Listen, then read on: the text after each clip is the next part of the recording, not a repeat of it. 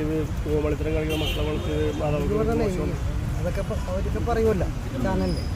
ഇവൻ വികസിച്ച് ഇങ്ങനെ വളർന്നു വന്നാലും അവന് ഇഷ്ടപ്പെട്ടില്ല, ഇഷ്ടപ്പെട്ടില്ല. അങ്ങനെയല്ല കയറി വന്നത്. അയാൾക്കത് ഇഷ്ടപ്പെട്ടില്ല. അപ്പോൾ ഇവനെക്കുറിച്ചാണ് എതിര് പറഞ്ഞു.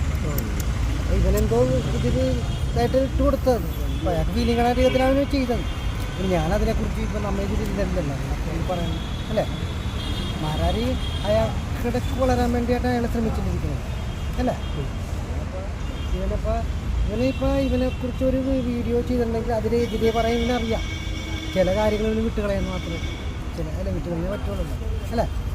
അപ്പോൾ അഖിൽമാരനെ കുറിച്ച് വേറൊരു വീഡിയോ ചെയ്തു. അയാൾക്ക് ഫീലിംഗ് ആയി ആ വീഡിയോ അത് ഞാൻ കണ്ട പറഞ്ഞല്ല ഇവൻ പറഞ്ഞത് കേൾക്കുമ്പോൾ തന്നെ അറിയാലോ വീഡിയോ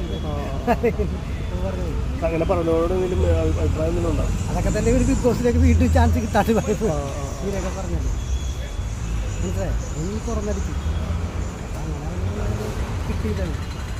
പിന്നെ അവന് ഇപ്പം ഞാൻ പറയട്ടെ, ആരൊക്കെ എന്തൊക്കെ പറഞ്ഞാലും ഇപ്പം അവനൊരു കഴിവുണ്ടല്ലോ. ആ കഴിവ് അവൻ വീണ്ടും വീണ്ടും എല്ലാ ഓരോ ദിവസം കുറവ്. ഇപ്പോൾ ഞാൻ ഇന്നലെ മട്ടാഞ്ചേരി എന്ന് പറഞ്ഞൊരു സ്ഥലത്ത് പോയി. ഞാനവിടെ ഒരു പ്രയർ ഇവിടെ ക്രിസ്ത്യൻസിൻ്റെ ഉണ്ട്.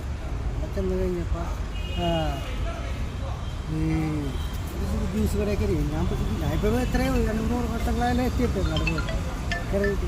അപ്പോൾ ഒരാൾ പുറത്തുനിന്ന് കൈ കാണിക്കും. അപ്പോഴും മകനെ കൊള്ളാന്ന് മൊബൈൽ പറഞ്ഞാൽ അല്ല അങ്ങനെ ഞാൻ പറഞ്ഞു. അപ്പോൾ തിരിച്ചറിഞ്ഞെന്നല്ല. ഇപ്പോഴത്തെ കാലത്ത് പറയുക